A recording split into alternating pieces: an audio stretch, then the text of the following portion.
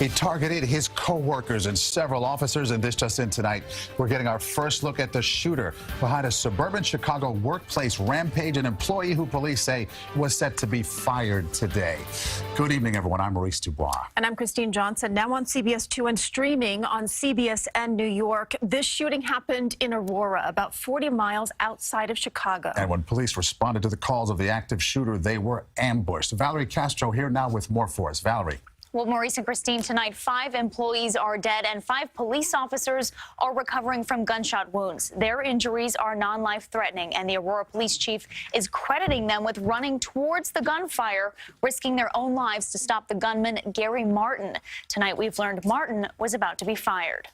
Aurora has requested as many ambulances as possible for an active shooter with many injuries. That active shooter has now been identified as 45-year-old Gary Martin, an employee who is facing his last day at the Henry Pratt Company, a valve manufacturing facility in Aurora, about an hour west of Chicago. We know that he was a 15-year veteran, and information that we have indicates that he was being terminated today.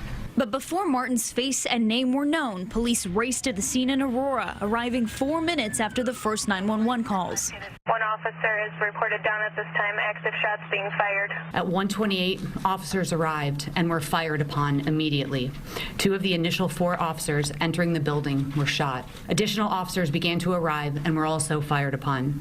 A total of 5 officers were struck by gunfire. A woman who lives nearby says the response made it clear something serious was taking place. We saw a squad car coming really fast, and I told my husband, let's get inside because something was happening. SWAT teams armed with shields made their way inside and eventually tracked down Martin. The building is 29,000 square feet, and when they located the offender, they engaged in gunfire with him, ultimately killing him. A large law enforcement presence could be seen outside Martin's home hours after the shooting. At the facility, they discovered numerous dead victims. An employee still inside after the shooting called a local TV news station and described what he saw. What I saw was the guy running down the aisle and with a pistol and with a laser on it.